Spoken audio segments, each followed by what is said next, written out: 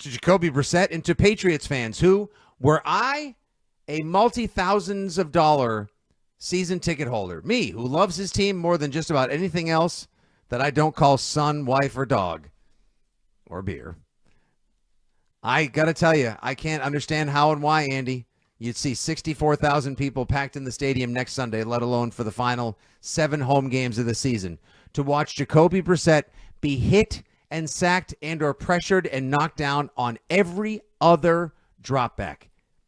4 games, 4 left tackles, 4 putrid displays by the offensive line. And oh, by the way, your best offensive lineman, your center, David Andrews, exited the game a couple minutes in with a shoulder issue. Not that replacement Nick Leverett did so poorly in his stead, but this is a disaster. And so there's your happy start to tonight's Six Rings and Football Things postgame show, live on WEEI. We're with you here on 93.7 FM, WEEI, all of our fabulous affiliates, WEEI.com, the Odyssey app, and if you'd like a peek inside Andy's guest room or my office/studio, you can watch us at twitch.tv/Boston WEEI. The telephone number, if you'd like to call in and weigh your football Foxborough frustrations, is 617-779-7937. The text line, if you don't feel like talking, but just feel like bitching, producer Zach Coe has been monitoring the text line. He said about an hour ago, you guys started going off. So we're going to monitor that and bring you the best of your texts before the show's end. And, of course, the socials at WEEI, at FitzyGFY, and at Jumbo Hart. Andy, we stink. Yeah, that was a lot of words to get to the correct words, the only 2 that you needed in the end were we stink. And my answer as to why 60,000 plus would drive up Route 1 and pay $50 to park. And where can you get a $50 parking space? Well, all you could do, here's what I would do. I would do the free lot where you have to stay for whatever 90 minutes after the game, and then it's free and you can just leave later because you're going to sit in traffic anyway. So just pull out a couple beers, have a dog, post gate, do the whole thing. Mm-hmm. Bring your kid or a friend who kicked the habit a while ago and let them drive home. Or if you and I want to be real jerks, we could give everyone's Fourier's address and they could just park at his house. Yeah, I don't think we should do that. I think he would frown upon that. Yeah, probably. But the reality is, the reason there is interest in this football team moving forward are 2 things. If you're a long-term draft Nick, it's the draft pick. And if you're here and now, it's Drake May. And when does he play? I thought it was really interesting, and maybe we can effort to get the audio. There was a little bit of a Greg Olson word salad at the end of the game where he said 9 out of 10 times I play the rookie. And he's like, I believe you waste a year. And then he said, but Gerard Mayo's doing the right thing. And it was like, oh, because you talked to Gerard. Like, you believe he should play him. Like, the whole tone of the thing, the comment was, you believe you play the rookie. And this is a respected analyst, this is a longtime NFL player, maybe a future Hall of Fame type player, but been around a lot of quarterbacks, teams, multiple coaches, and I think he qualifies as an expert witness. The reality is it's time to play Drake May. We've gotten to my game. We've gotten past Nick Bosa. We've gotten past the Jets. You've gotten past the 2 weeks that were tough spots on the road, which, oh boy, were they. If I were Jacoby Brissett, I would play a sly game. I'd wear all purple all the time because his nickname should be Grimace, because that's what he does almost every – like, he literally has to grimace every time he drops back to pass. The guy looks like he's getting – he's an 85-year-old getting out of an armchair to grab his walker to go to the toilet. Like, he moves that at that tap speed. Tap out, buddy. Tap out. Jacoby, you're a great man, a great competitor. Just tap out. Because the reality is, and I don't know if he knows this or not, I know he probably tries to stay away from our airwaves other than when he's on. And please join us tomorrow on the afternoon program when we will talk to Jacoby Brissett if he is capable of speaking, if his ribs haven't punctured his larynx or anything of that nature after the absolute ass whooping he took yet again. But listen, because I feel bad for him. I really do. And he continues to, like, tap out, throw the damn towel, this is not a We're fair going fight. full Duke Rocky IV. Throw the towel. Yep. Throw the damn towel. This is not a fair fight. When you go out there and you see the way Layden Robinson gets bitch slapped around the field, the way, what the hell's the new guy's name? Jacobs is just Demontre Jacobs. like, see ya. See ya, right? And the kid is trying, but he was sorry. a second-year cut from the Broncos. A D end on a left tackle. I don't care who the left tackle is. He's in the NFL, correct? This is an NFL left tackle. Yes, by sir. nature of the job. That's an NFL left tackle. It shouldn't look like a wide receiver doing releases against a DB. And that's what it looked like. It was like, boom, boom, gone. Boom, boom, gone. And, you know, he actually worked really hard and was kind of snake bitten. He didn't really get a sack till late in the game, Bosa. But double-digit hits, again, on Jacoby Brissett.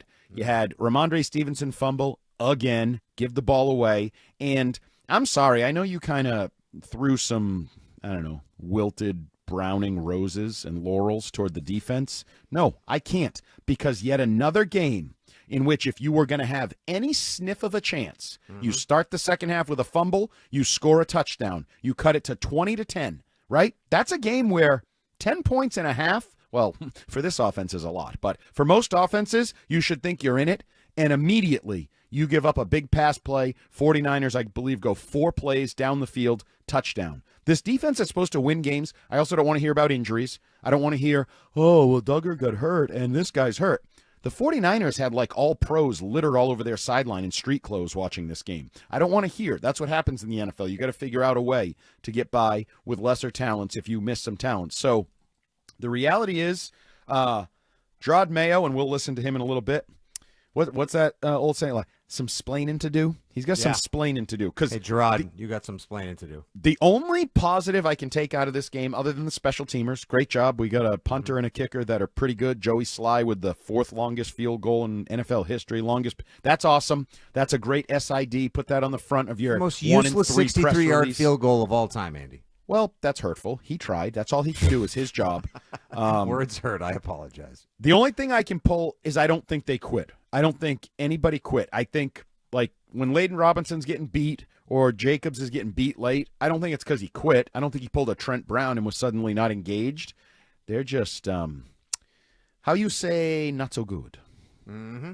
No, I mentioned when I did a hit this morning on the WEEI Football Sunday show with Arcand, your broadcast partner, Arcand and Mayo, now mine, on the as of yet to be named WEEI evening program. I think that's what we're going to call it, the WEEI evening program. Ooh, follows the afternoon show. Perfect. Well, you're the afternoon show. We'll be the evening program. It's a little more elegant. Different, a little more creative. Right? I like it. It can be a show in the afternoon, but we're going to be a program. We're a program. Is that with a U or an A? An A, 2 M's, and an E, like the British style. Program. So we'll be there tomorrow night on the WEEI evening program. I mentioned to him earlier today that I believe we have Gerard Mayo ready. Oh, is he ready to go? Here we go. Here's Coach Mayo. It is a long season. It is a long season, and we're wrapping up the first quarter of the season. I don't think any of us are happy where we are. I think when we go back and watch the film, though, it'll be easy to identify so we can put ourselves in a better position to win football games. We sustained a few injuries to some Warriors out there today, some big injuries. Well, not big in as far as who it was. Those guys will come in tomorrow and do their injury check. So I'm not sure how serious or not serious the injuries are, but those guys that couldn't finish the game obviously are a big part of what we do. John, I think with all the hits that Jacoby keeps taking in this offense, with the little time he has, you feel maybe there might be something to switch and kind of ignite your offense that way when you go home? Look, I think there was a combination of, schematically, we got to do a better job of getting the ball out of our hand right now. And then secondly, I would say the offensive line just has to do a better job holding up in protection. And we're trying to find different ways to do it. And some of those, it's easy on some of those sacks. You go back and watch the film, the ball should be out. It'd be easy for you guys and everyone else to say, well, the offensive line should have did that. So I wouldn't rush to that conclusion. But we got to coach better. We got to play better and execute. So, given the fact that 2 straight games with little offensive production, and really it's been that way, would you consider a change of quarterback? And look, at this point, Jacoby is our starting quarterback. I haven't watched any film or anything like that. He's been a great leader. He just broke the huddle down after I talked to the guys. And, we got to watch the film. We have a long flight to go back and watch the film, and we're always evaluating every single position.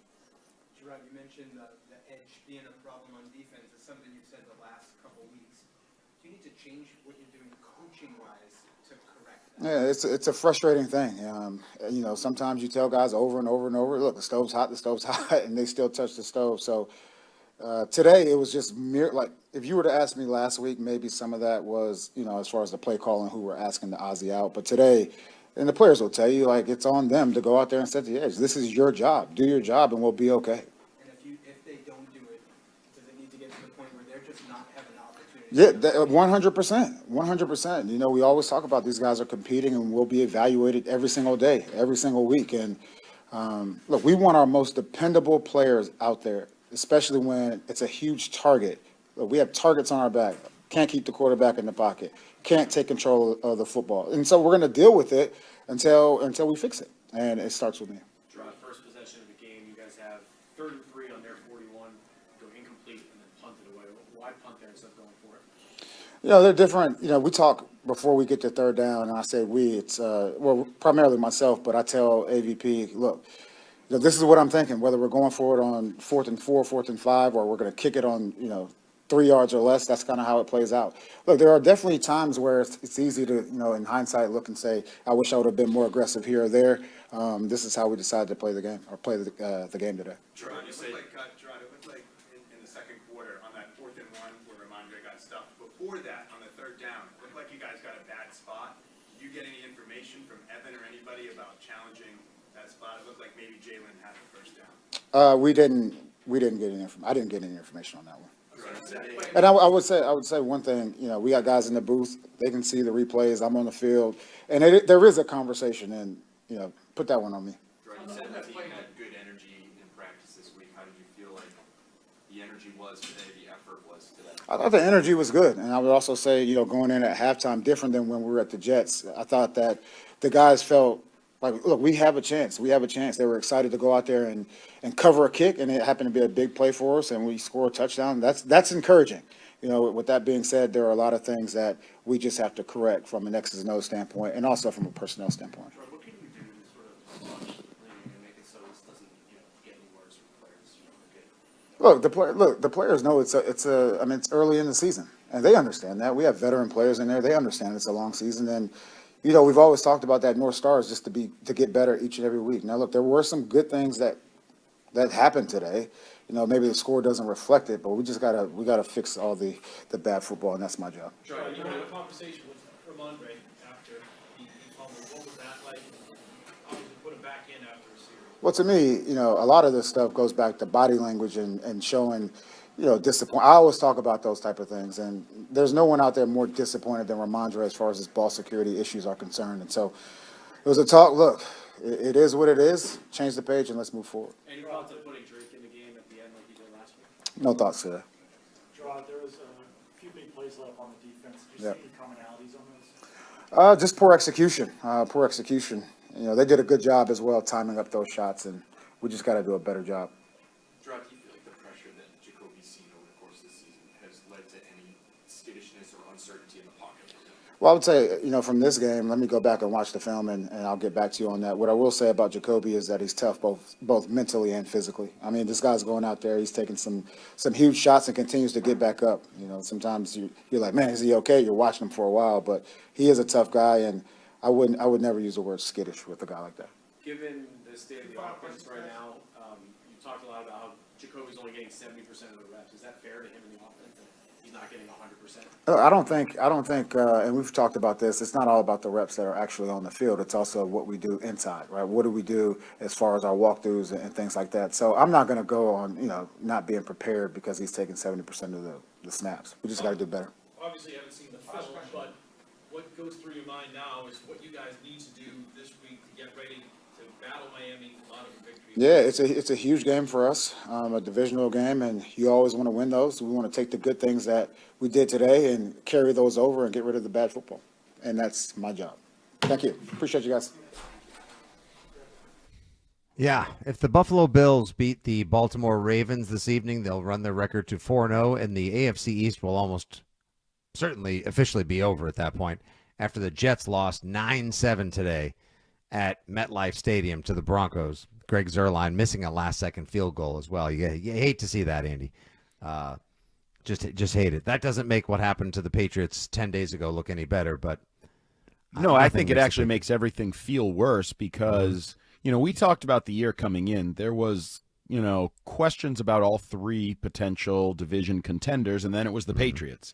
Yep. And two of them are kind of stumbling and bumbling in the Jets and the Dolphins. Now, the Dolphins have a lost quarterback issue that they're dealing with, which, that happens to anybody. But the fact that the second place spot is kind of up for grabs if the Patriots were a competitive football team. If you beat Seattle and you were 2-2 right now instead of 1-3, you might be in a conversation for the second spot in the AFC East. And if you're in that conversation, who knows if you're in the wild card mix? Because the Bills look like the Bills are going to be a division winner yet again. It's all early. It's still early in the year, but you are every bit as bad as people talk about right now in terms of the New England Patriots. So you can forget about it's almost last week, Monday, I think it was. Yeah, Monday was their NEP practice. It was all about the Patriots. It wasn't about getting ready for the 40.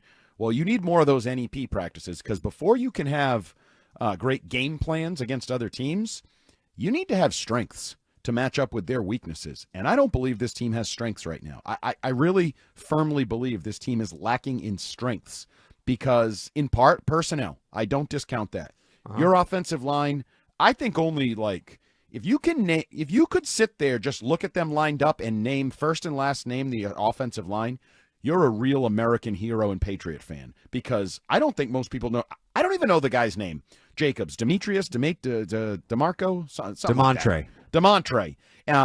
But I'm being serious. It's like tuning into a third quarter of a preseason game and being like, and when you still out there, I see him, the right guard, he's the rookie. They like him. They drafted. Who's the guy in the middle snapping the ball? Never seen that guy before. That's what this feels like. And then you go on down the line. Nobody has overachieved, right? Nobody has actually. I won't say it.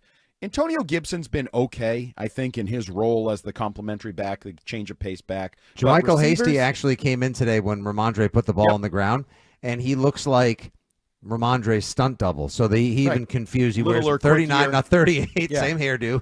But no one. Who would you say has overachieved this year? Anyone? Jabril Peppers plays as hard as I think he would and should. Yeah, but that's what I expect out of him. He's a good veteran player. He hasn't, in my opinion, here's the MVP. Gone over. Is awesome. That's it. I think Christian Gonzalez has been good, but I expect him to be good. He was a first-round pick a year ago. He's supposed to be a number one corner. He's got a little swag and all. Keon White, the bloom is off the last couple weeks because he's in the wrong place at the right time in terms of guys getting outside of him in the pocket, and he's a lot not as bad as Josh Uche.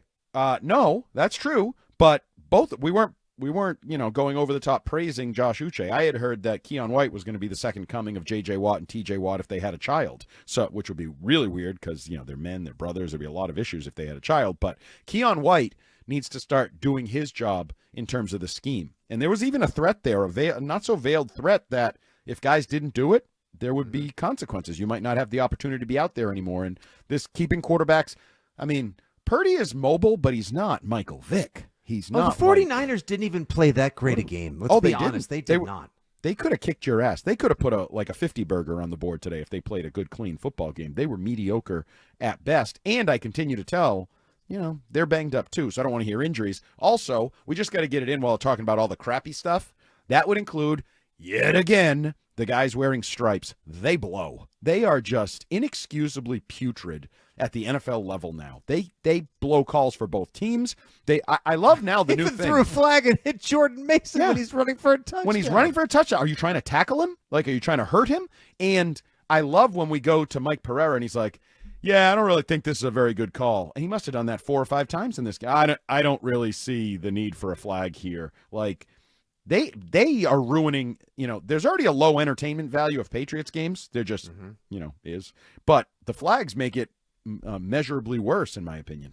I was actually just going to ask that question as we get ready to head into break, and I see all of your calls lined up. We got Paul from Rhode Island, the living legend. He wants to weigh in. Mike, Leon, Bob. We're going to get to all you guys in just a couple minutes. Oh, the bitch line is much like Brandon Ayuk, Juwan Jennings, and George Kittle when he was triple covered on the touchdown. It's wide open at 617-779-7937. I asked this question in earnest. No goofing around, no sarcasm. What exactly is the entertainment factor on this team? What aside from the fact that we're both lifelong diehard Pats fans, and this is part of what we do for a living, Why would you watch? I'm dead. Like, there is nothing enjoyable about these games from start to finish. There's no joy. There's no dynamic. There's no firepower. There's no excitement. There's no pop, flash, nothing. Well, there's a pop.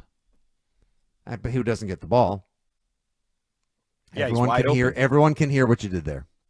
See what I did there? It's still They not can helping. see it, too, It's on still Twitch. not helping. You're not helping. No, there is very low entertainment value. You know me. This is supposed to be sports entertainment. It's not WWE. It's supposed to be sports entertainment. You're supposed to get away from whatever's going on with your life, right? You don't want to go to work on Monday because you got a big project due. Your coworker's a jackass.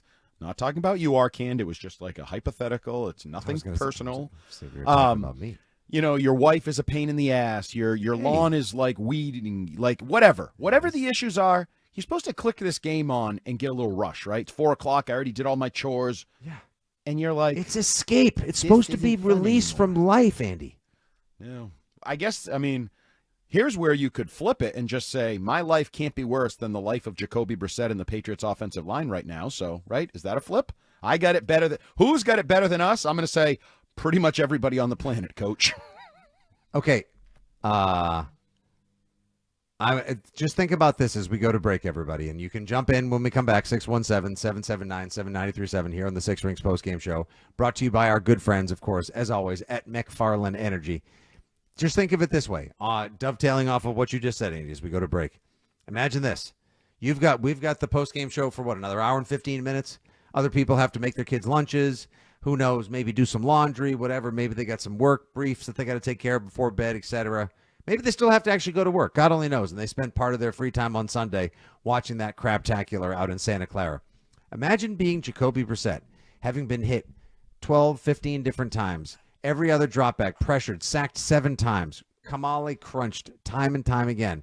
Imagine having to get on an airplane and sit there in coach class 6 hours back and then have to wake up 3 hours later and go to the football stadium in the morning. Nope. That sucks. I also would not want to – I would snap, I think, if I were him. Like, if I heard one of my linemen joking, maybe they watch a movie, they need to kick back, and they're watching a comedy and they're laughing, I think I would go absolutely ballistic. I'm getting my life Hey, what's this shortened. funny to you?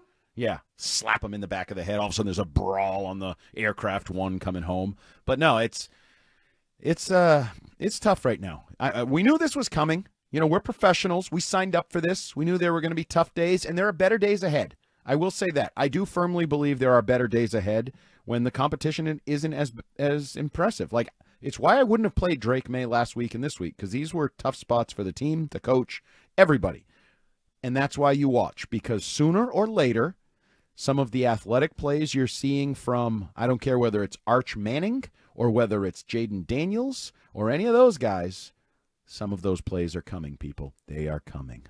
I pined for late last night watching the end of Alabama-Georgia. Thank God I watched that game last night, because that actually delivered some football entertainment factor. Should we ask the cliche question? If those teams played the Patriots, who would win? Oh, Carson Beck would pick the Patriots apart, 100%. I also love the fact that his right arm is just a sleeve. It's all he's a badass. Well, I love him. In the second half, he was a badass. In the first half, he was bad. Yeah. He was a bad You can be bad while you're a badass. He was a badass, then he was a badass. And you know what? I'll give you a fun little stat to chew on as we go to break as well. Actually, you know what? I'm going to give you a fun stat. I'm going to tease it across the commercial break. Super fun stat about the Patriots offense when we return. 617-779-7937. This is the Six Rings postgame show presented by McFarland Energy. Switch to McFarland Energy for oil delivery for a free 2-year service plan and get remote tank monitor, or get $500 off a new heating system only at McFarlandEnergy.com. We'll bring some McFarland Energy and then some to the Six Rings postgame show when you join us in moments here on WEEI. The Six Rings postgame show is presented by McFarland Energy.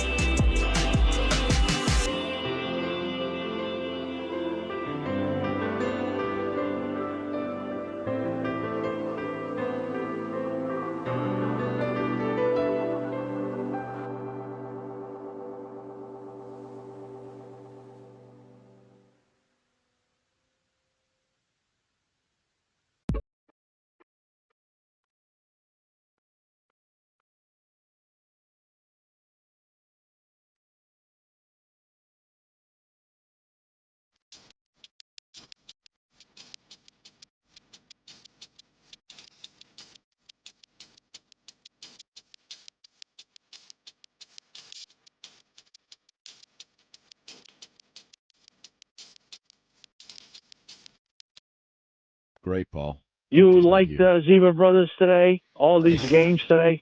They suck. They Uh, suck. They suck. They suck. They suck. And I'm telling you, Save that. I'm sorry, I forgot to say hi to Arcan. Yep. Listen, this cannot How are continue. ya? I know it's the first 4 games. Everybody's getting their decoys out of the way. Yeah. But I'm going to tell you, you had no business being the 49ers, even their second stringers. But I'm going to tell you, if you are second string on this effing team, you got your purse. Yeah. You should be doing your job. Because don't put it on the coach, don't put it on Wolf, don't put it on Kraft. If when I played, if I had a chance to step in there, I don't care if I lost the game, but at least I did my job. You guys are Strapped not on doing that your job. leather helmet and you banged heads. Yeah, you tell really you, did. I'll slap my Red Bull in your face. I'll tell you right now. I'm telling you right now, you guys are not doing your job. You waited 2 years to get a shot. Guys that are injury, and Andy did say, I don't want to use the injury excuse. Nope, we're Let not me doing tell it. you right now, young man, okay, you're here, and you're on a privileged team that won 6 Super Bowls. You should be lucky that you got on this team, okay, even if you wait 2 years. You're not doing your job. I don't care if Joe in the truck calls you and said Jacoby sucks. It ain't Jacoby. It ain't Jacoby. You need to protect me, so I throw you the ball, you catch the ball. Goodbye. Thanks for the Goodbye. call, Paul. And this is There was a lot of Christian changing of Arcan here tense. with Andy Hart. There was a lot of changing for of the- tenses. And, There was and a lot of pronouns tonal variations. They suck. That I agree Also, with. he jumps like he's sort of like first. He's like he switches narrative POVs. It's like first Yes. it's first person, it's third person. This it's is a us, book it's I we, it's stopped you. reading. I don't like the style of the book. It's very James Joycean. Like it's all over the place. I'd move on, but I do. I don't disagree with him though. His point on it's not Jacoby in the sense that change quarterbacks and everything's going to be fine. Like that is not even close to the situation, right? The centerpiece of the offense has fumbled 4 straight games. 2 straight games he's given it to the other team. So that you can't really get rid of him because they barely have a backup in Gibson and Hasty. Like, they're just not built. This isn't a team where you can say, oh, yeah, we got another guy that can be the centerpiece of the offense. Yeah, McCaffrey has a fumbling right? issue, or McCaffrey's getting, German tendonitis taken care of. It's okay. We'll bring in Mason, who's just going to run roughshod all over you. They don't even have guys that can do it. Never mind, you don't know how good they are. Like, Gibson is not built to carry the ball 24 times and be the centerpiece of a run-first offense. Then you get to the offensive line. I will say, I don't think Jacoby Brissett has played well. He's a tough SOB. I like gritty. I give him leadership. I give him all that. I don't think he's played very well. That was a great play by Fred Warner, but it was also not a very smart throw. Like, that's not a good throw. I'm sure a lot of boxers, Andy, will tell you that their sparring partners are tough SOBs, but you don't pay thousands of dollars to go fly to Vegas and see them, or $99 for a pay-per-view to see them as well. Like, this, he is basically now a QB sparring partner for the Patriots that just happens to be out there taking a whooping, holding on to the ball too long, delaying his throws, occasionally catching someone open, like a nice little read on that 49-yarder, the quick reaction throw to Antonio Gibson, when he actually had time to look Pop Douglas's way, found him once or twice, I think. I still have no idea why Tyquan Thornton's on the team, but I guess that's a discussion for a different day. To block day. people in the back and ruin trick plays. Honest to God. Honest to God. Even though it was a bad call, I believe. But it was still a bad call. It doesn't matter. Mike in Maine feels exactly the way we all do this evening. Mike, welcome to the program. Yeah, I really appreciate it. Can you guys hear me okay? Yes. We sure can. Loud and clear, big guy. All right, perfect.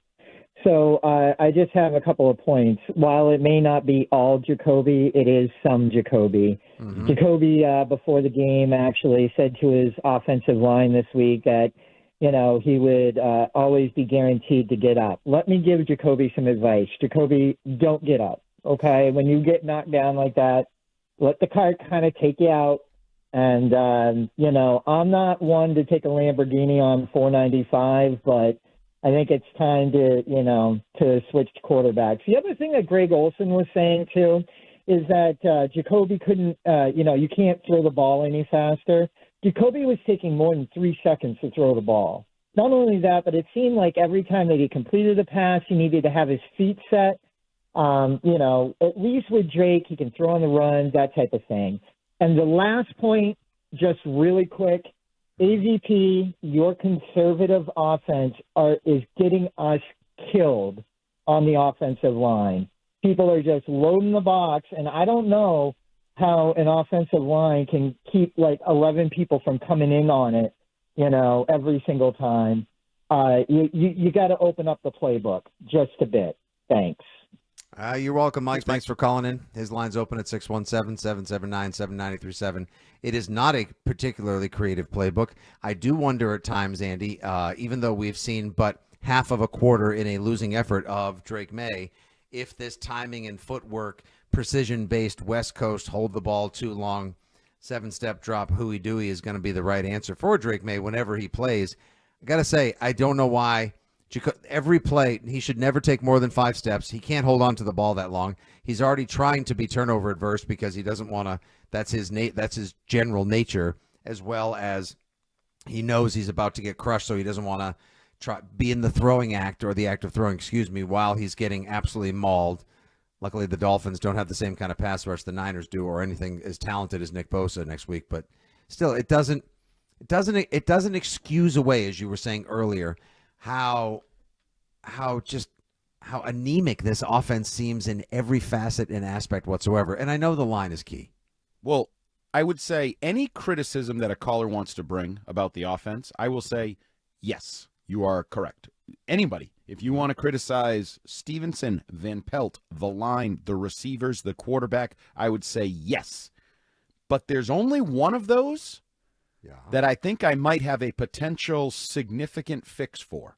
The line is not, I have nobody. I do not have a Will Campbell that's practicing but not playing, correct? I don't have a Malik Neighbors who's practicing but not playing. I don't have a Bijan Robinson who's practicing but not playing. I do have a Drake May who's practicing but not playing, right? There's no other options.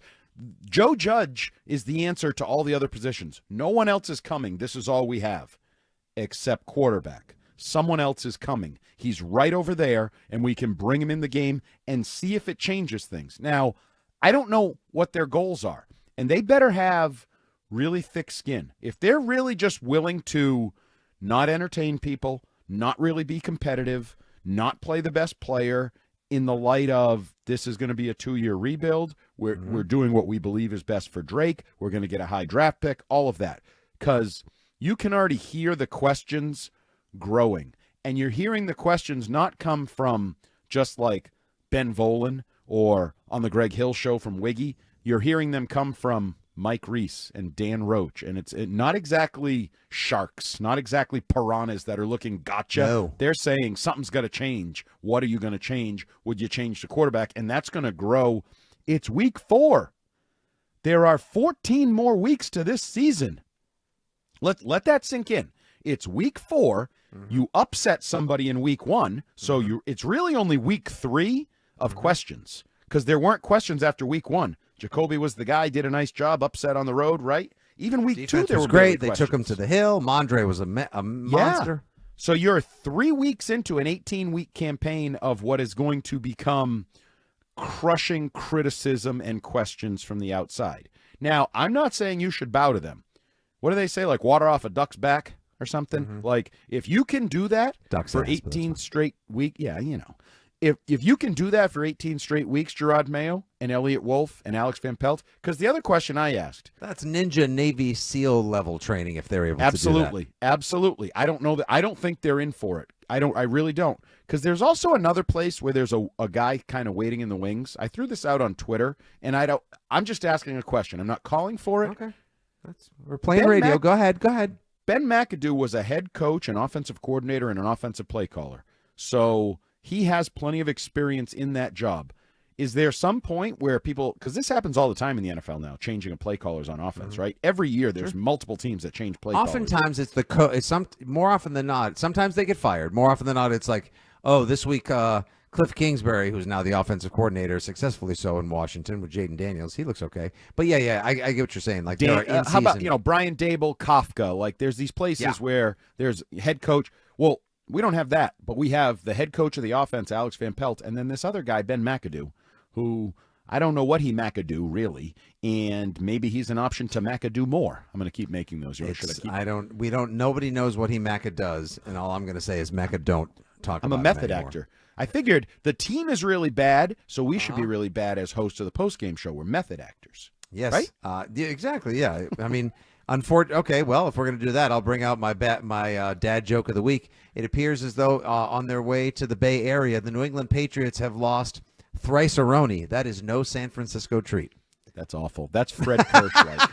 And any PFW listeners know what I'm talking about. That was Fred Kirsch-like.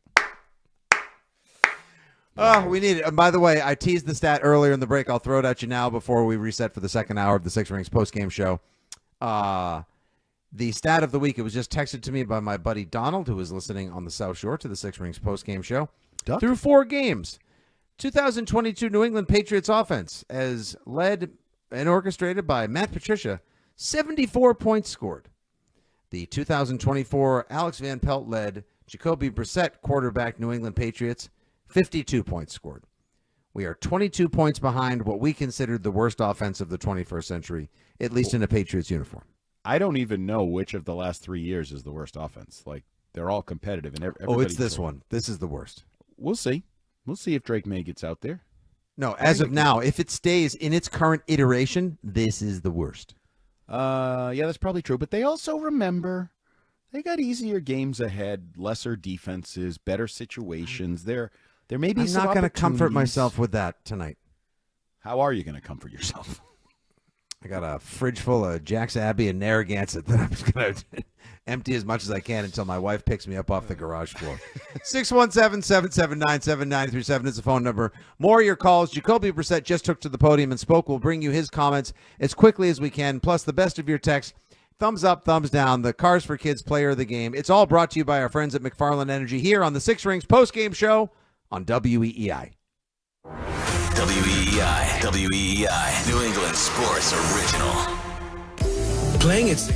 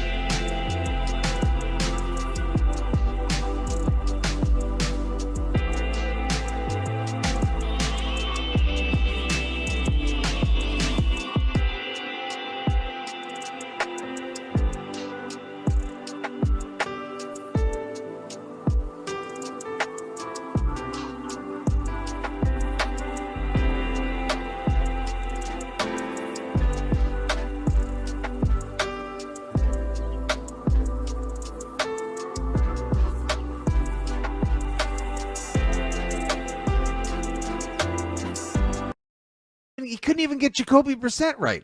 He with called him Patrick Brassic. Holmes. Leave him alone. Leave Shane him alone. Spikeman? Was anyone heard from him? I'd kill to see him on the field for one play.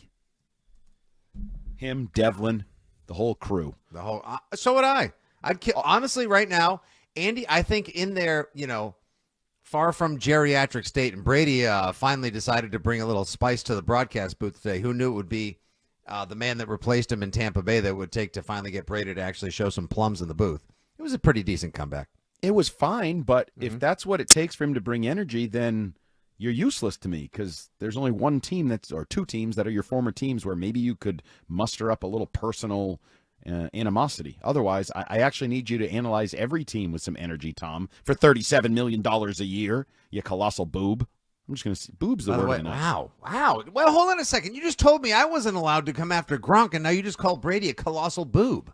Okay, that's fair. I probably shouldn't have. Yeah, it's super hypocritical, guy. Little bit. Can I also just be hypocritical or no, just critical? I don't need the HIPAA. Can I also just be stunned at the fact that I just saw that it looks like Rashee Rice is out for the season as well? Holy smokes. And they'll still win. They're fine because they have a quarterback, and that's really important. And that's where my point was going. And a going. decent offensive line. Hey, you know what they did? They took a tackle this year. Go ahead, Andy. Quarterback can change everything.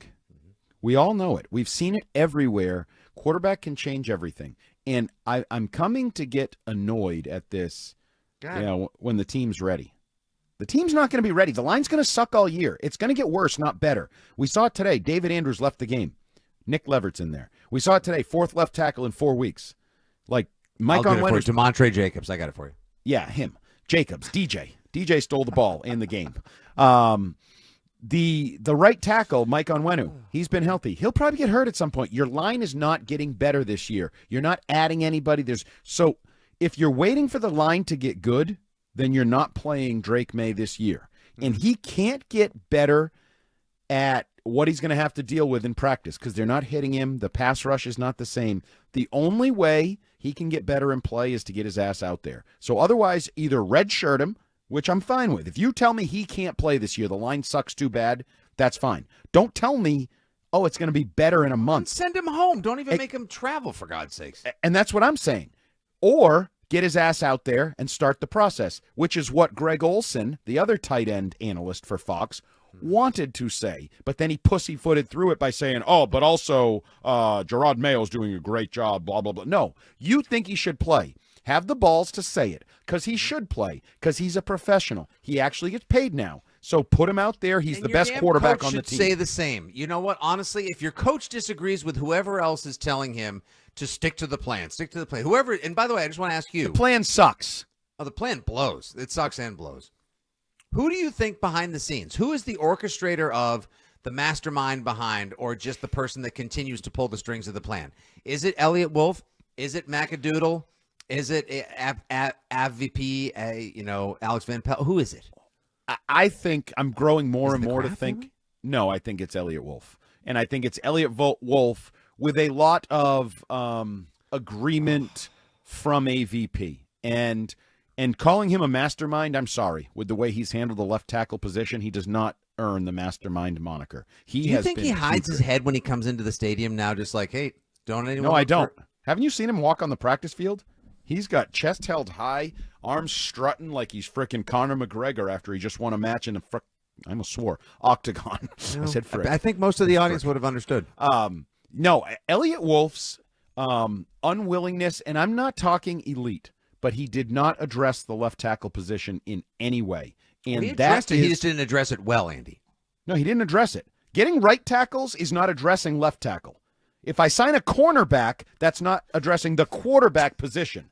Right tackle, different than left tackle. That's why one is left and one is right, and they're different positions with different pay scales. He did not address the left tackle position, and that is the fatal flaw upon which everything else with this team. It ruined the plan. It ruined the offense. It ruined Alex Van Pelt's chances to have a good start to his career as an NFL offensive architect. It ruined everything, and that is inexcusable. I'm not going to say he can't come back from it because Elliott Wolf has a nice track record, nice resume. He may have drafted a really good quarterback. There's a future. There's a top 5 pick coming Probably number 1 overall, but a top 5 pick coming. Definitely top 3. Yep. $100 million to spend, and he may spend that well. But the reality is, for the 2024 Patriots, for the plan, for Drake May, for the entertainment value for fans, Elliott Wolf screwed the pooch when he did not address the left tackle position. There's no other way to look at it.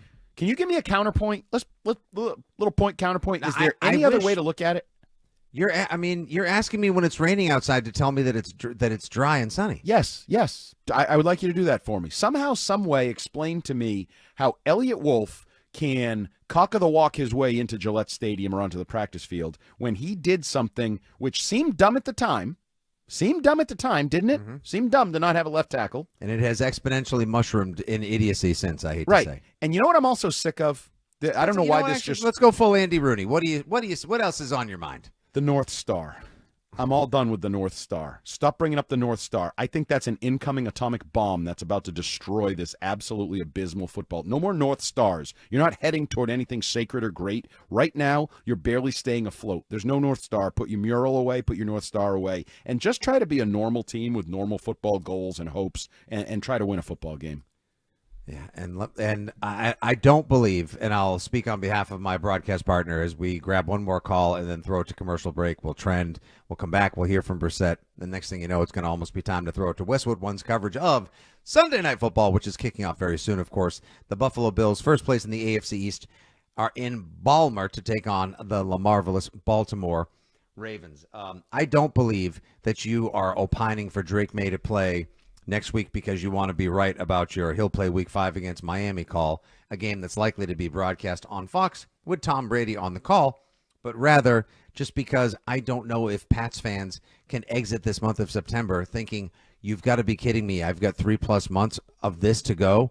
I need the future to be here sooner than later, and I'm not sure what Elliott Wolf and his Cleveland Browns Packer go Pack go mentality are thinking with their plan. You can take it and you can kick rocks without socks. Tuck it and suck it, blow it off the Sagamore Bridge. Nobody wants to hear about the plan anymore. You need some reason to watch football. And right now, the Patriots are giving us absolutely none whatsoever, except for something to grouse about afterwards. And I, for one, am tired of our own voices complaining all the time. Let's go back to the phones real quick. Adam is in Los Angeles. He's been holding the longest right here. He's got a couple thoughts on Jacoby Brissett, and we've got a line for you. Adam, what's up? Hey guys, how's it going? Awesome. I love the show. Thank you. yeah. I love the show out here on the West Coast. But to sort of go off of what Fitzy was saying, I think that for the credibility of the coach, the front office, whoever, all the people in charge, just to the fan base, I feel like they need to just make the move to May because. Not to get political, but it's almost like after the Joe Biden Democratic debate where it was clear this was not the guy, and they could not, with a straight face, tell everyone that he's the presidential candidate. It's like there's no way they can just keep going out week after week and being like, Brissett's the guy. Like I don't know, just like for the fans and watching. Just having any sort of reason to watch this team, I don't see how they can just keep with a straight face telling the fans that Jacoby's the answer. Sorry to bring up the presidential election on the show. No, we're here for any and all comps between Biden and Brissett. They both probably have the same difficulty getting into a car at this point, Adam. No, I know. It's brutal. It's brutal to watch the guy, and I feel bad for him. And it just feels like I don't know how they can keep telling us week after week that Jacoby's the guy. I don't know if May is going to do any better, but at least give us a reason to watch, like you were just saying. So, yeah, that's my take. Appreciate the call, Adam. Thanks very much. It's not an inappropriate comp, Andy. No, and it's also what the Democrats did. In their switch, let's be honest, they basically just said, we're doing this. F it, we're doing this. Yeah. We're switching. Mayo needs to do the same thing. F it, I'm not getting approval from Robert. I'm not getting approval from anyone. It's my damn team. I'm switching my candidate / my quarterback because it's in the best interest of the country.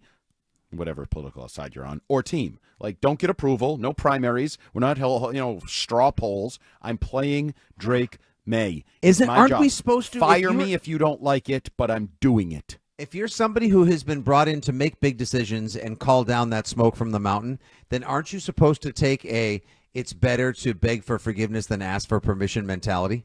Right, especially if you've built a culture, C-word, on competition, C-word, and now we're not. We're just not. Now everybody is yelling the C-word and other things at the TV when they watch your damn football games. So I wanted Drake May to start week 1. I kind of understood, no, we're going to give him a month and let's get past the whole short week Jets and long road trip San Francisco. It's either redshirt him for the whole year now or play him against the Dolphins. Like, I don't see any other way to really, if we wait 2 more weeks or 3 more, like, for what? To what end? Nothing's going to. Everyone says he's ready, and I really liked Crap Sheet was spewing crap as usual today. They're not ready, he's not ready, blah, blah, blah. And Phil Perry's like, every player I talk to say he looks pretty good and he's ready. I believe Phil How about Perry. Steve Pellegrino? Mike Pellegrino, the defensive backs coach? Wilkins. Every defensive coach is raving about what he's doing in practice. So it's either the biggest propaganda con job in the history of football. I'd also say stupid. I don't know why we would be propagandizing a guy who you're not going to play. Propagandating? Maybe. Whatever. Why would you do that if you weren't going to play him? Like, that's just causing angst for you, your team, Jacoby Brissett. Why would you be promoting him unless it was real, unless it was just football guys who are allowed to talk freely in this culture, no silos, no limitations? They're saying what they see. That's how I take it. I think the defensive guys are like, this guy's pretty impressive, and I think they want him to play. And I think the offensive guys want him to play. I think if you asked Pop Douglas right now who should be playing quarterback, I think he'd say, well, this guy never sees me when I'm open. He didn't throw to me very much.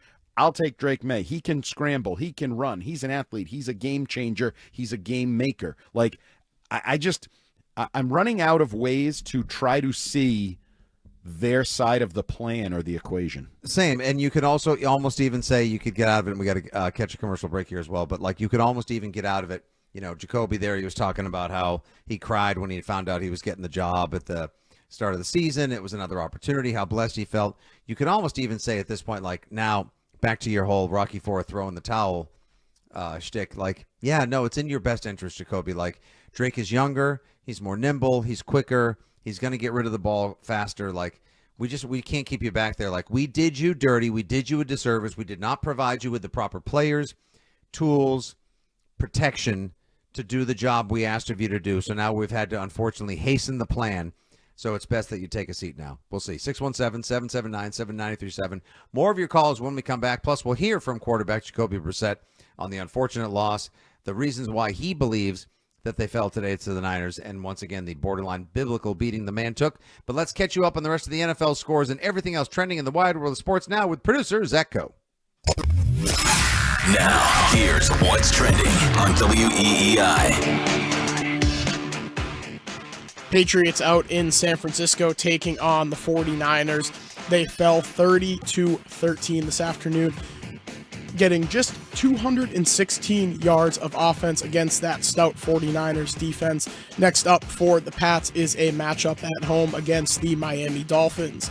Elsewhere around the NFL, Broncos taking down the Jets 10-9 the final after the Jets missed a field goal in the waning seconds of the game. Chiefs taking on the Chargers. KC got the win there, 17-10. And just kicking off now, the Bills and Ravens facing off in Baltimore. Remember, you can hear that game right here on WEEI after the Six Rings postgame show. We'll be joining that one in progress at 9 p.m. An emotional day at Fenway Park. The Red Sox wrapped up their season with a 3-1 victory over the Rays to secure an 81-81 .500 record, finishing in third in the AL East. Quinn Priester getting the win in his Red Sox debut. Bruins making their first round of roster cuts ahead of their October 10th season opener. Among those sent to AHL Providence were top prospect Fabian Lysell. My name is Zach Coe, and that's what's trending on WEEI and WEEI.com. More of the Six Rings postgame show with Fitzy and Hart coming up after this. The Six Rings postgame show is presented.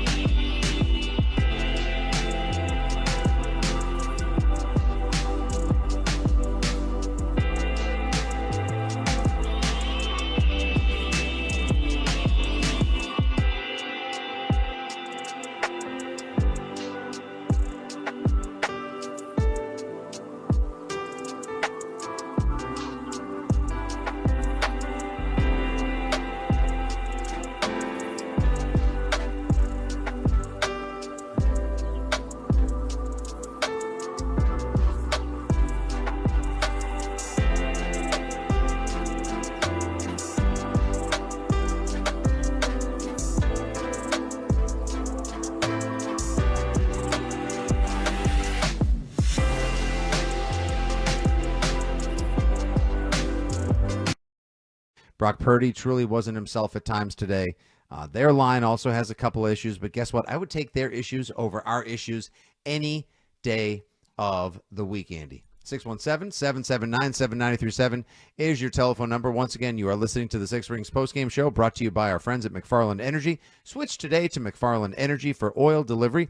Get a free 2-year service plan and remote tank monitor, or get $500 off a new heating system only at McFarlandEnergy.com. Next up on the postgame show, Steve's in Fall River. Go ahead, Steve. So I heard that friends of Bill were crowing, talking privately in the offseason when the Patriots signed all of their players from the 4-win team last year. Look, they're signing all my players. Well, obviously they didn't have anybody else. You have to sign somebody to fill a roster out. And then they went and took the 3rd pick in the draft, a project. And I guess they went out and got a left tackle who played right tackle in Pittsburgh. Didn't do much of anything else. And why are we surprised they're 1-3? I mean, if they played Cincinnati after September, they would have lost the Cincinnati game 10 out of 10. But since they play them in the 1st of September, Cincinnati doesn't show up till the end of September. So they literally should be, have no wins. I mean, it's absolutely pathetic what we're watching here. But Andy's got it right. This lunacy of this Drake May planning his entry into the game and this and that.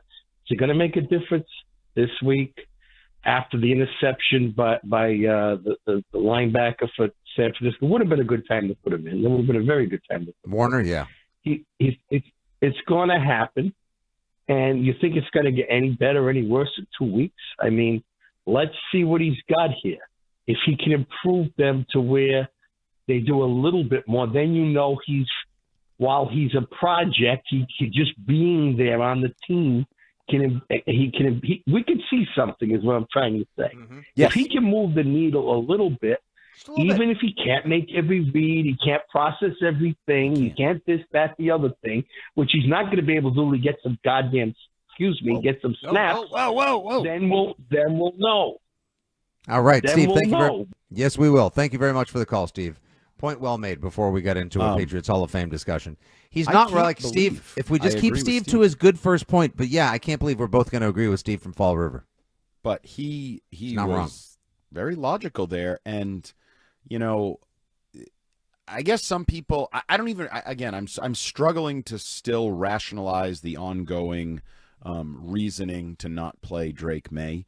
But experience matters. The head coach said football players get better playing football. And you can argue he's better suited for this offense in this situation. You're hearing all these arguments about he's better in practice and he's doing good things in practice, and teammates are impressed on both sides of the ball, by the way. The guys playing against him and the guys playing with him. Play him. Yeah, I do want to offer one thing. I heard this week on the Mark Lewis is cool. I'm not sure if that's the name. Mark Lewis is cool is his Twitter follow. He's the guy that got on Matt Judon a couple of months ago to talk about his contract and everything. Yeah, Mark sucks or whatever. I forget exactly what it's called, but he's a good dude. Shut up, Mark. Yeah, thank you. Yeah. So he had Zoe on, your Patriots radio color analyst, on his podcast recently, and they were talking about, Zoe was saying something about along the lines of, he and Milton both told them early on, like, I haven't really called a play from a huddle or done anything like this. It's like since I was in high school. Right. So like, it's almost like they're reteaching him the quarterback position, which is fine. I get it. It's a long-term development thing. And I always thought that's the main thing AVP and McAdoo were brought here for. But I don't think you're going to cause, unless he gets physically hurt, and fingers crossed and knock on wood, but I don't think you're going to make the kid regress. Like, you brought him here to be a little Josh Allen, a little Brett Favre, a little backyard football, a little country strong, a little heave-ho, a little star power. We got none of that right now. It's time to roll the dice, man. And can somebody tell me the last time a rookie quarterback had a career-ending injury because he was playing? Like, has it happened? Has it ever happened? Career-ending injury? No. Yeah. So No, guys he's get probably hurt. going to be sore. Like Joe Burrow got hurt. It's unfortunate. Guys get hurt. RG3, his second year, got hurt. Like, guys get hurt. Tom Brady in his 8th year gets hurt. You're going to get hurt at some point, but that doesn't mean you're broken and will never play again. And That's the risk of football. I'm going to say it again. I believe he's a professional football player. I also believe probably signed up for this. Yeah, most of these college quarterbacks, that's how they all play. They line up. They stare at the sideline. The coach tells them what to do, makes adjustments. There's big, crazy heads. Oh, that's Fitzy's head. That means I do this. That's Hart's head. That means I do that. Like, they've all been playing that game. That's part of why I do think quarterbacks have been dumbed down a little bit, and there are challenges. Taylor Swift, empanada, burrito. Yeah, right. But that's the challenge most of them face. I think bigger picture, that's why young quarterbacks struggle, why offenses might be down, the league, defenses, all of that discussion. But the reality is, if you want him to be an NFL quarterback sooner rather than later and be able to read defenses, call plays, make plays, deal with pass rushers, all those things, start the process. I continue to say, I make the comparison. I think I've done it with you. I know I've done it with Arkian. This is like someone who's they got their license and they've mastered driving around town at 35 or 40 miles an hour. And then somebody's like, hey, can you pick up Grandpa at the airport? And that person's like, what, I got to go on the highway? I've never been on the highway. Well, guess what? Get on the highway. Someday in life, you're going to have to get on the highway. So get your ass on the highway, merge in, drive a little faster. When you get comfortable, get to the middle lane, drive a little faster. Like, you're going to have, and if you spin out and crash, well, you're probably a terrible driver, and we're not the right person to send to get Grandpa anyway, and we need to find that out. Because life is a highway, and hopefully yes. Drake May wants to ride it all night long. Yes. And if you're going my way, stop. I'm going to take a call right now from Donald in Drake. Hello, Donald. Hey, how's it going, guys? Thanks for taking the call. I promise I'll be quick. I got a quick question for Fitzy. Did I hear right that you are now the new 6 to 10 guy? No, I'm going to be on Mondays and Thursdays. I'll be hosting the 6 to 7:30 show. We're kind of doing a little alternating nighttime program. Tuesdays and Wednesdays, you'll have KJ and Lions, and I'll be your host on Mondays and Thursdays. All right. So then my question is only to Hart. What are you going to do with all the free time you have over the holidays? No, you're not doing film. Ooh, that's a good question. I actually get to take shots holidays fired, now. Donald. Come on. No, Hart, it's more eggnog for you. That's what it is. Damn right it is. Ooh, and I got a new mug. I bought a new Grinch mug. All right, I don't need people showing off about the fact that I got to figure out how to handle both kids and Christmas presents. Jackasses, like, as if I'm not hurting enough having to watch this friggin' team. I got team. to tell you guys, I loved it when you guys filled in. You guys are great together. I enjoy it very much. Thank you. The other thing is, I'm tied to both of you. Hart, 25 pounds in 5 weeks with the Waken 180. Oh, let's and go. 50. Congrats.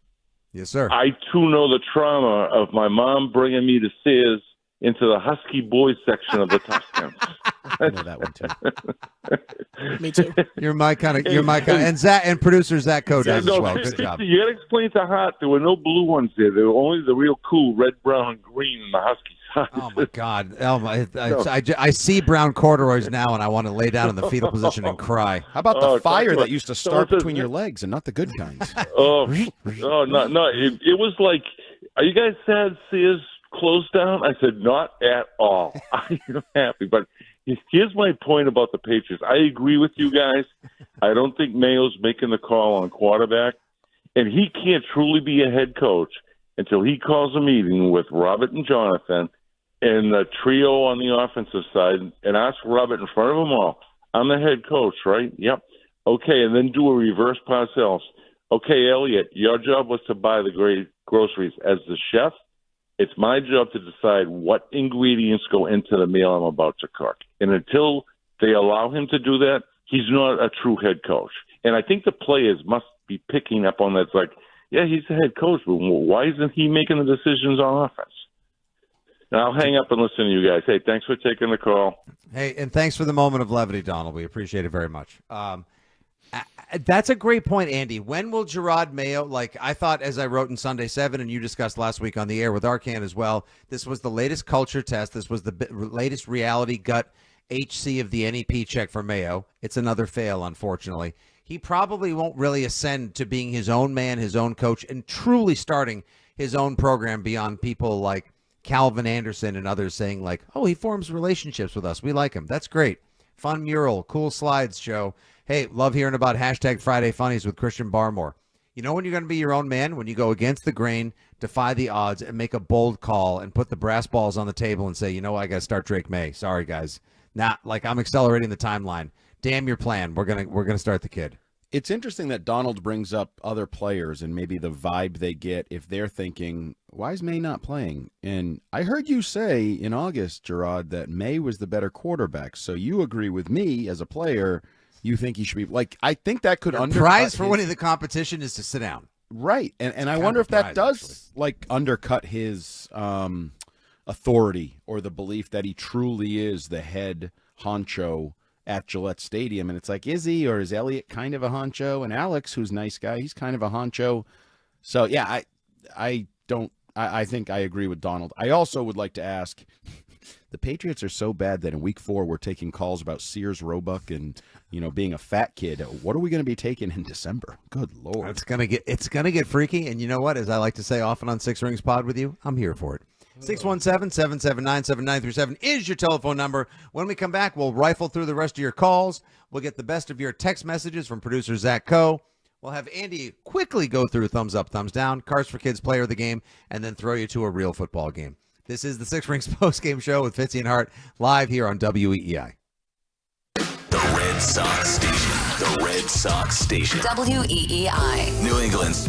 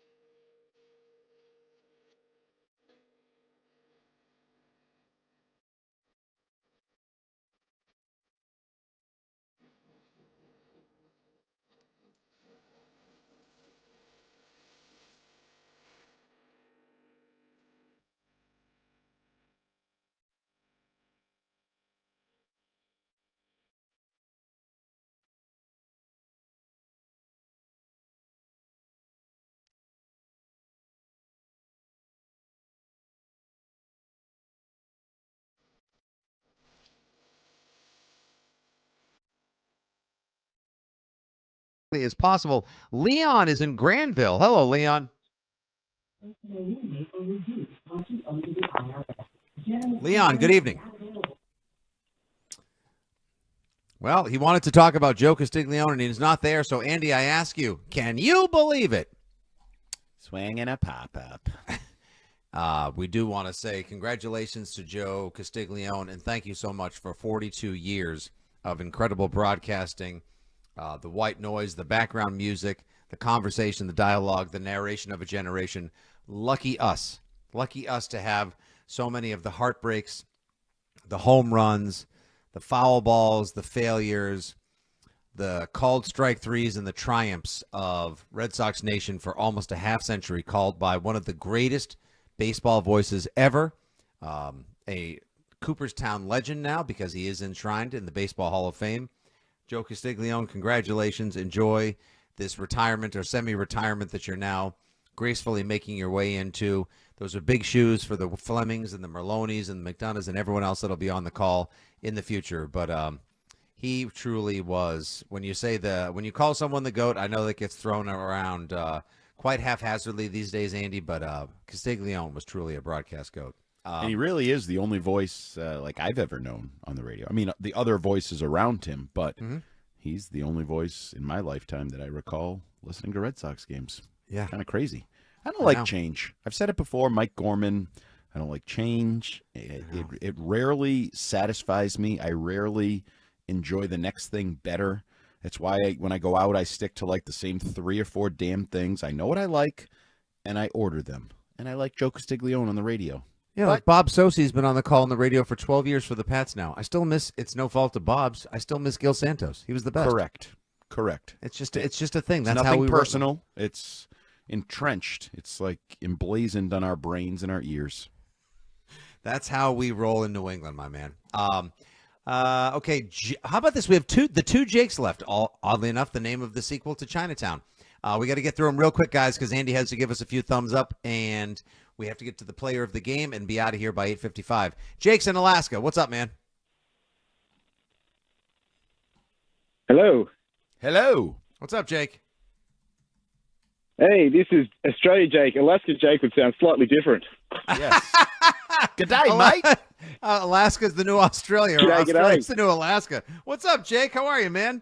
Wow. Oh, just enjoying another lovely day of Patriots football. That's not true. But yeah, it's like me thinking, I hope Ramondre sleeps and has a ball in his hand for the next 24 hours a day, 7 days a Like week. a high the rest school of the year. football Make sure player he's walking in around the there. hallways. Exactly, Yeah, Jake. exactly. Yep.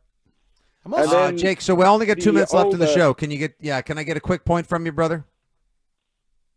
Quick point, AVP, what's he doing? And go scout those O-line practice squads. We need some more O-line. I couldn't agree with you more. I'm so glad I got to you. Jake in Boston, sorry we couldn't squeeze your call in. However, we have a full-length post-game show next week from 4 to 7:30, so we will get all the Jake from Boston you can handle next week. Zach, the producer in the box, in the booth, what do you got for the 3 best texts of the night, my man? Alrighty, one person asked why the Patriots were paying Jacoby Brissett $8 million when they could be paying Zappy $1 million and called Brissett a waste of money. Oh, that's That's mean, but hurtful. also fair. Someone else wanted the Crafts to take more blame for not going out and spending in free agency. Yes, I've gotten DMs about that. I've gotten a lot of responses that blame the Crafts and think they were the reason they didn't sign Jonah Williams or an actual left tackle. Mm-hmm. And the last one? There's a lot of people saying that they won't be taking the trip down to Gillette anytime soon for any home games. Oh, I'm telling you, Andy, I'm going to be reporting on empty seats and people selling off seats real cheap next week, and it's going to be bad news bears. As the father of a teenager, I think this is going to trend the Gillette crowd younger because there's a lot of teenagers and 20-somethings that look for cheap seats, and I think they're going to find a lot of cheap seats on the secondary market over the course of this season. I hate to say, Andy, but in favor of sponsorship because the show has just blown by with the high volume of calls that we had and any and all the rest of the callers we couldn't get to. My apologies. You can read about thumbs up, thumbs down, and everything else at WEEI.com as well as Megan Onolini's columns. I'll be on with her tomorrow night on the WEEI evening program. Andy, time now for the Cars for Kids Player of the Game. It's the easiest way to get rid of your old car. Donate today and your car can be picked up tomorrow. Donate now at carsforkids.com. That's cars with a K. In 10 seconds, who's the Cars for Kids Player of the Game? Joey Sly, 2 field goals, including a 63-yarder, new Patriots record. That's all we got. Thank you to all the callers. Amazing job, Zetko. Great job, Andy Hart, as always. Appreciate you in the back, Thomas, and thank you, everybody who tuned in tonight. Your final score, San Francisco 30, Patriots 13. This has been the Six Rings and Football Things post-game show. Subscribe to the pod. Check out Andy. I'll talk to you tomorrow night. You guys, this is Sunday Night Football. Enjoy your Patriots Monday here on WEEI. And as always, be nice to your kids. Make sure you call an Uber or a Lyft if you need to, and be good to your neighbors. See ya. WEEI. WEEI. New England Sports Original. It's not just about watching the game, it's about betting on it. I'm Mike Valeni, and on Cash the Ticket, Jim Costa and I break down every